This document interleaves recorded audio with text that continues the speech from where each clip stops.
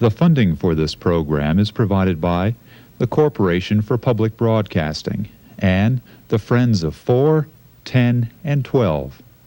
We have been guided by a basic conviction that the question before Idaho is not how much more wilderness there should be.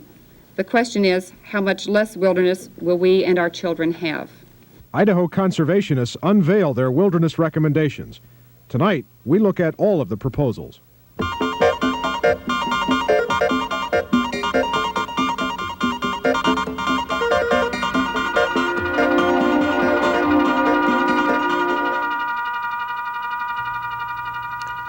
Good evening. A coalition of Idaho environmental groups checked in today with the view that nearly 3 million more acres in Idaho should be officially protected as part of the nation's wilderness system.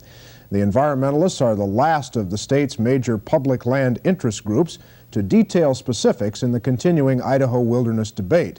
And as you might guess, they're recommending more wilderness than anyone else. The wilderness debate has intensified in Idaho during the last several months because Idaho Senator James McClure is planning legislation next year that he hopes will settle most of the remaining wilderness issues. McClure has not said himself how much land he favors protecting. He's likely to do that later this year. Tonight, we offer an assessment of the proposals that have been offered so far, including those offered by the conservation groups today. And later on in the broadcast, we'll be talking with two men who have very different views of this issue. Joe Henson, the executive director of the Idaho Forest Industries Council, who's with us in Moscow tonight, and Pat Ford, the executive director of the Idaho Conservation League, who's in Boise. We begin, though, with the specifics of the various proposals. An estimated 10 to 12 million acres of national forest land in Idaho remains essentially wild and roadless. The area is shown in yellow on this map. It's nearly 1/5 of the entire state. Thus far, Congress has placed 3.6 million acres of these wild lands in the National Wilderness Preservation System, the green areas here. They include the Selway Bitterroot, the River of No Return, Gospel Hump, Hells Canyon, and Sawtooth wilderness areas. A number of Idaho groups have said that's enough wilderness. They've recommended that no more of Idaho's wild lands be protected as officially designated wilderness. We feel that this being the largest U.S. wilderness outside of Alaska, that it's sufficient. The remaining land should be checked for its potential before they go into any more, before they lock up any more. The main force behind the wilderness movement is being generated outside the state, and all of the polls would bear me out that the majority of Idahoans don't seem to favor that type of designation. Land should be used for whatever resources are there, and we feel like when you lock it up in wilderness, you exclude everything but those people who are looking for a recreational experience, wilderness experience. You don't mine the logs, you don't take out the timber, and you reduce the economic opportunities on the land. Wool growers are concerned about wilderness classification in that it prevents proper range management techniques to be employed. By properly managing these lands, we can keep these lands productive and healthy for all generations, not just, say, a 1 in 5. To deny access to potentially valuable natural and economic resources which underlie Forest Service lands is to deny Idaho's resource-based economy access to those resources, and it precludes options for future generations of Idahoans with regard to Idaho's very much resource-based economy. The Idaho Cattlemen's Association believe in wilderness areas.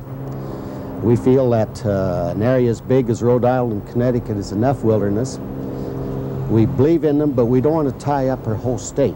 We think that the others should be for development to help the economy of this state.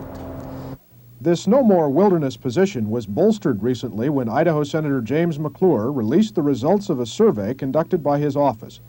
53% of those responding to a questionnaire mailed to the senator's constituents said they wanted no more wilderness. Some 82% of Idahoans agreed when they responded to Senator McClure's questionnaire that non-wilderness lands in Idaho should be released for multiple use. An overwhelming endorsement of multiple use, we believe. The Idaho Forest Industry Council, voice of the state's timber producers, has recommended that 10 areas totaling just under 600,000 acres be added to the wilderness system. Those areas are shown in orange on this map. Idaho Governor John Evans has proposed adding just over 1 million acres to the 3.6 million acres currently protected as wilderness. They're shown here in red. The governor had a proposal that he developed back in 1979. That was the basis of his recommendation. And then the governor directed me to attend all of the hearings that Senator McClure had around the state. And those efforts, coupled with an ongoing dialogue that the governor has had with a number of people around the state on this issue, form the basis of its final form. The governor's proposal includes 280,000 acres in the White Cloud and Boulder Mountains, an area Senator McClure has said should not be considered at this time pending completion of studies of the controversial area's wilderness and mineral potential. The governor feels that that issue has been on the table long enough. It's been with us since the late 60s, and he feels it's time to resolve it, and he came down on the side of wilderness. At a series of news conferences around the state, conservationists today announced their proposals. That an additional 2.9 million acres be protected as wilderness, shown here in blue, and that another 1 million acres, shown here in purple, are studied further, including almost 500,000 acres in the White Clouds and Boulder Mountain area. The conservationist proposal includes a number of areas in each region of the state not included in any other group's recommendations.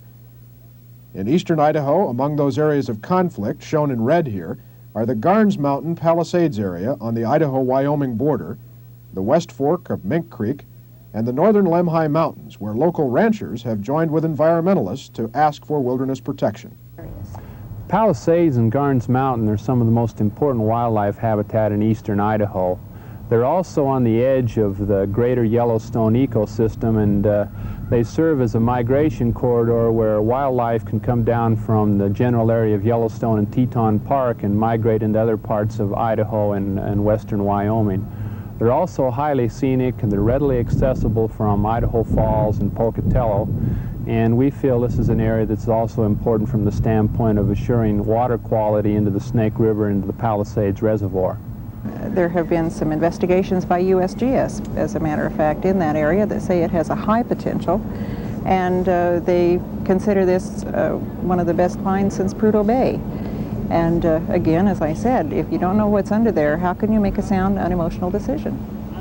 On balance, when you compare that area to some of the other areas around the state, which had not only high wilderness value, but high wildlife value, high watershed values, high recreational values, and those are the kinds of things that we considered in developing the recommendation, those areas just didn't compare to, say, the Kelly Cricks or the Mallard Lark and some of those areas in northern Idaho. I think anyone that's been out in the mountains of eastern Idaho would say that the roadless areas in eastern Idaho are of the quality of those in central or northern Idaho. The wilderness designation discriminates against motorized recreation. We'd like to see them come up with an alternate designation that would allow motorized recreation. I recently looked at a paper being distributed by the Forest Service of the areas that are receiving a lot of wilderness interest, and it's basically a list of all the areas that we ride. We're interested in the same areas because they're prime recreation areas. Conservationists also recommend wilderness protection for the West Fork of Mink Creek just outside of Pocatello. The major reason that was chosen is its proximity to Pocatello. A wilderness area, I think, is valuable almost any place, but where there's a high demand and a low supply like there is right next to Pocatello, I think any economist would say that would make the area even of higher value. Well, that's one of those areas that I think would be worth considering for roadless management, and we'll give that consideration as the forest plans come out. And that is an administrative option that the Forest Service has, and we'll give that consideration at that point.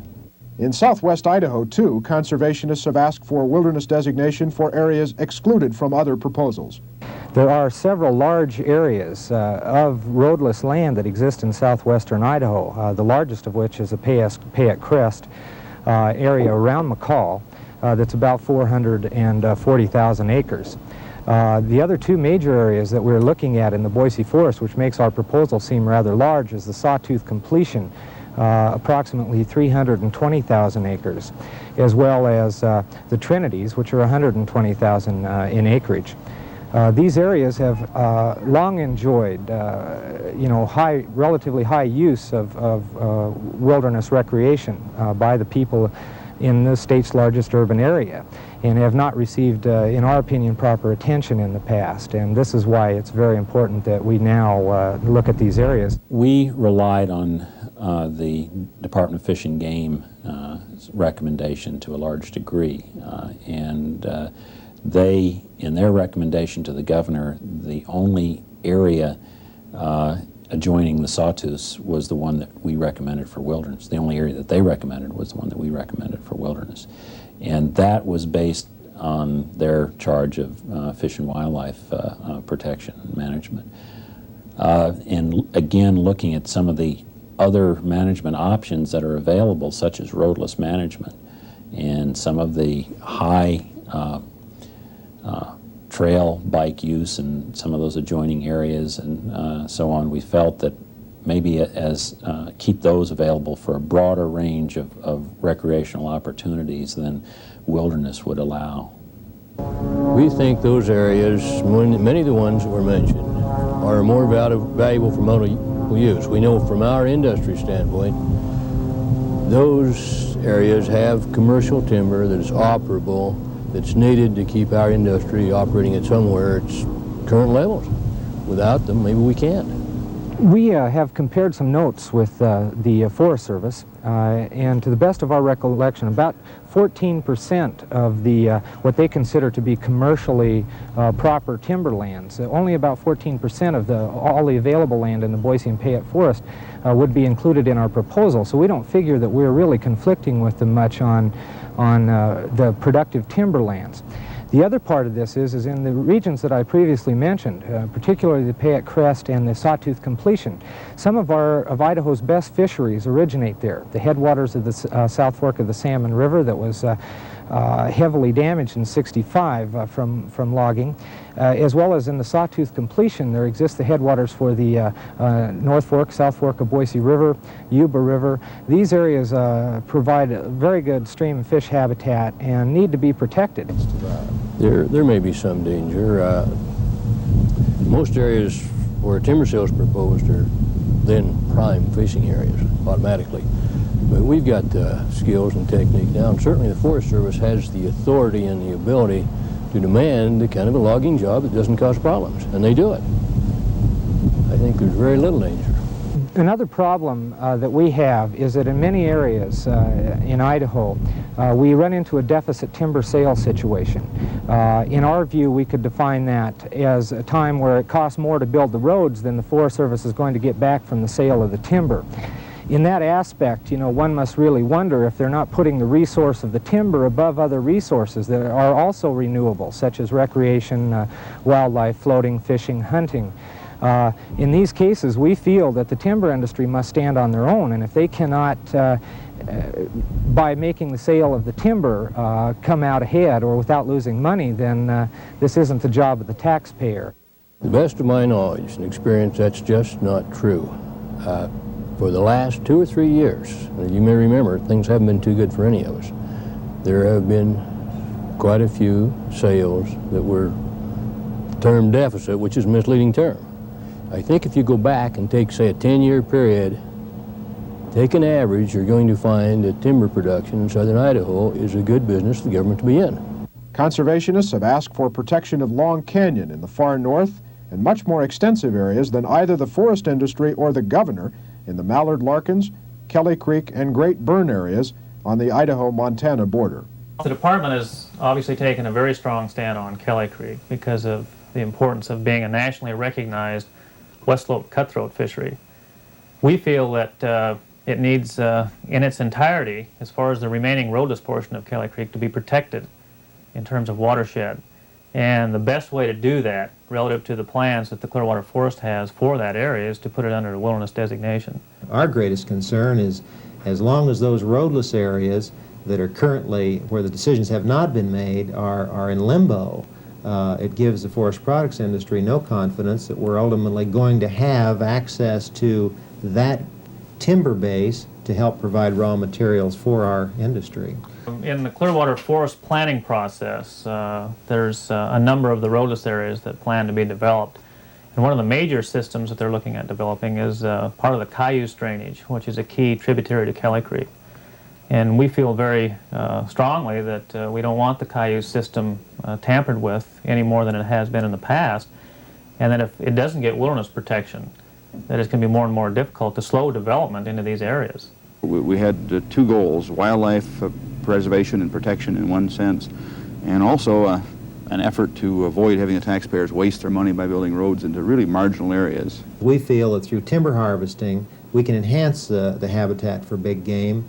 We feel it's essential, if you're going to do that, to construct roads that, in terms of some of our engineers, lie lightly on the land, where we aren't building superhighways through the roads, where we're putting low standard roads in, where we're able to manage the timber, harvest and salvage some timber, and then perhaps in some instances close those roads for the benefit of the big game. The Conservation Committee as a whole has worked up a very careful proposal, statewide and in northern Idaho. It will not cost anyone their jobs. We hope the Forest Service, instead of spending the large amount of money it was going to use to build roads in these areas, would instead use that kind of money to thin stands, to better, more intensively manage the existing roaded areas, to road perhaps a few more areas. And we think if the money were traded off in that way, we can probably have a large wilderness addition and keep all the existing timber jobs and protect outfitting jobs and so on. There is a way, I think, to have our cake and eat it too. Some additional analysis now of some of the issues involved in this wilderness debate, again with Joe Henson. He's the Executive Director of the Idaho Forest Industries Council, and with Pat Ford, the Executive Director of the Idaho Conservation League. Mr. Henson, let me go to you first. Just in general, what do you think of what the environmental groups have offered up today? What the environmentalists have proposed would mean that fully 1/3 of Idaho's national forest would be managed as wilderness. That, of course, would preclude all motorized recreation, all logging, mining, all roaded access whatsoever. And that, I think that just totally flies in the face of public opinion. Certainly, it's completely out of sync with the results of Senator McClure's survey. Too much wilderness? Oh, definitely. Mr. Ford? Well, I don't think so. No. Our proposal is a compromise. There's about 8 million acres of roadless land that's at stake here. Our proposal is to classify 2.9 million acres of that as wilderness and release for non-wilderness management 4.1 million acres. We simply think it makes sense for Idaho to keep the best parts of its wild land wild. What about Mr. Henson's point that it's out of sync with public opinion? Well, if I could refer to Senator McClure's survey, which I think is the most noticeable representation of that, if you will. I guess we don't agree. Let me make a couple points in regard to his survey. I think it's wrong to use his survey as an indication that the great majority of people in Idaho do not favor wilderness. First, the alternative he put forward in his proposal, in his survey, which he labeled a conservationist proposal, was not a real proposal. He, to some extent, made it up, and nobody endorsed it, and it was not a real proposal. Second, throughout his questionnaire... So he didn't, just let me interrupt for just a second to say that he, in your view, he didn't adequately represent the position of the groups, including yours, that made your proposal today. There's a great deal of difference between the proposal he labeled as ours in his questionnaire, in his survey, and the proposal that we have put together today. Second, throughout his survey, and the comments on the tapes of many people supported that, he made a false dichotomy between wilderness and multiple use. Wilderness is a multiple use. Legally, and in a management sense, it's a multiple use of land. It's not correct to state, as he did in his survey, and then to take comment on that wilderness and multiple use are two different things. So I think that biases a bit the comment he got. Third, there are other indications to the contrary in regards to his survey. The hearings that he held, the testimony was 2-to-1 in support of wilderness at those hearings. During the Rare 2 Forest Service process in '79, the bulk of public comment to Rare 2 for the areas we are proposing for wilderness was in support of them. The Idaho Tomorrow survey, which asked questions from a slightly different point of view, not how much more wilderness should we have, but do you want to see things stay the same, the results showed majority support for keeping them that way. Well, let me just go back to Mr. Hinson here quickly on this. I don't want to belabor this, but it has become a significant issue. Someone figured out for me today, Mr. Hinson, that the Senator's survey really covered only 1.4% of the people in Idaho, and they selected themselves, if you will, in a random sample and who would return the survey. How much validity can we really place in something like that? Well, neither have the skills, I guess, nor the inclination to defend the statistical soundness of the survey. That's up to Senator McClure's office, but certainly a survey that is sent to 220,000 Idaho citizens has to carry some weight. I suppose you could surmise that those people that didn't respond, for whatever reason, perhaps didn't feel affected by the issue one way or another. I just don't know.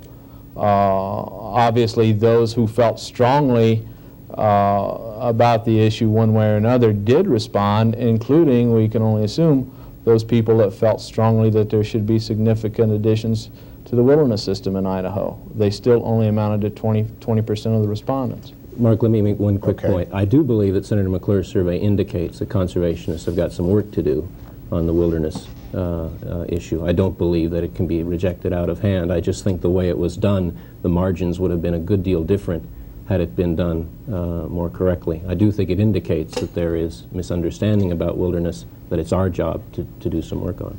Well, on a related, slightly different but related point, both sides in this debate are obviously trying to influence public opinion, which is not only right but proper in this circumstance, but you're also, I assume, trying to influence Senator McClure's eventual decision. Mr. Ford, from your side of this issue, do you think the Senator can be an honest broker in arriving at some decision that, if not completely satisfies everyone, strikes a decent compromise? Is he capable of doing that? Yeah, I think he's capable of doing it, and I hope he does. I think it's going to take some work for our part, for conservationists, to give him the information he needs to make those sorts of judgments and to build where we can local support, evidence local support to him for our proposal and the various pieces of it. I think it would also be very helpful to him in order to fulfill the job you laid out of being an honest broker, to try to get from the Forest Service, and I think he could get such information, specific information on timber values, recreation values, and the economic trade-offs among those on specific areas. That stuff is not available despite all the study. There really aren't those numbers laid out area by area, so we could make some basic judgments about those matters. What would your side like to see Senator McClure do now, Mr. Hinson? Well, introduce our version of legislation, I suppose. He's obviously in a very difficult position. He has a hard job in front of him. He has to sit down with the other members of the Idaho delegation, take all that he has heard, and he's certainly sincere in giving equal weight, I think, to all the proposals he has in front of him, and determine from that what he feels is a consensus bill, which he will then introduce and move ahead with it. It's obviously an issue in which it's going to be impossible to please all the people all of the time. Mr. Hinson, let me ask you, shifting to the economic stakes here, you heard some of the conservation spokesmen on the videotape earlier talking about deficit timber sales, which, if I understand what they were saying correctly, comes down basically to it being more expensive to build roads into some of these roadless areas than the timber is worth, if I've said that right. What do you say to that argument? Is it a valid argument? No, we don't believe it's valid at all. First of all, many of the environmental groups base what they say about deficit sales on the appraised price of the timber versus the calculated cost of the road. The appraised price of the timber is simply the minimum bid that the Forest Service will accept. In practice, the timber is sold for much higher prices. Second, the road costs are often a product of environmental controls. You do not, perhaps cannot haul all the timber from one timber sale over one road that you might have because you need to limit the volume sold in order to meet certain environmental parameters. So let me just give you the shorthand here. In these areas where your group and others who have endorsed your proposal, where you have not asked for a wilderness designation, it makes economic sense not only for timber companies but for the public which owns that timber to be able to get into it, to be able to log it. Well, exactly, because the road becomes then a permanent asset, a permanent fixture on the National Forest. It serves all purposes: recreation, firewood cutting, hunting, fishing access, berry picking, future timber sales. Right. Well, let me get Mr. Ford on this point on the deficit timber sales. Well, we believe that on most of Idaho's marginal timberland, and that's most of the land we're talking about when we're talking about roadless areas, that timber harvest is an uneconomic activity. You stated it correctly. It costs more to build the roads into these areas than the value of the timber that comes out. On the Clearwater National Forest, in the next 4 years, that forest plans to spend $21 million in appropriated congressional money. That's hard money, has nothing to do with the sale process. That's money they'll get straight from Congress to build roads into roadless areas. That's not the whole forest, that's just the roadless areas on the forest. The same thing is happening in other forests around the state. So it just doesn't make economic sense to log that land. It makes economic sense to use it in its wild. Most of that land has economic values attached to its recreational use, the fishery values, the wildlife values. Outfitters operate in that land. But not to the timber.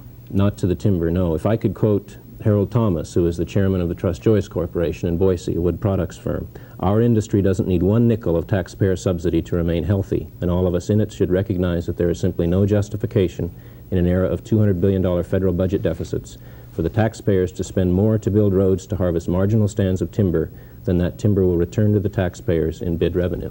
Another subject, just quickly, Mr. Hinson. If the conservationists, if their proposal is close to what eventually comes down here, for the sake of the argument here, will that cost jobs in Idaho? Will it hurt the economy? Sure it will. For our industry, each million board feet of timber harvested in the state supports 10 jobs, direct jobs within the timber industry, and another 2 to 3 secondary jobs, services, retail sales, etc. So the economic, community. the economic consequences are there. No question about that. Very definitely. Mr. Ford? If areas that are not classified as wilderness are logged according to plans that the Forest Service now has, that will also cost jobs, recreation jobs in the outfitter and guide industry and in the subsidiary recreation attached to communities who depend on those areas. We don't believe there is any firm data, one way or another, on specific roadless areas that are in conflict in this bill, the ones that were talked about earlier. I'm sorry, I'm going to have to interrupt there. We've got to go. Big subject. We'll come back to it, I'm sure. Mr. Hinson and Moscow, thank you very much for joining us tonight. Mr. Ford and Boise, thank you. That's our time for tonight. We'll be back tomorrow. I'm Mark Johnson. Good night.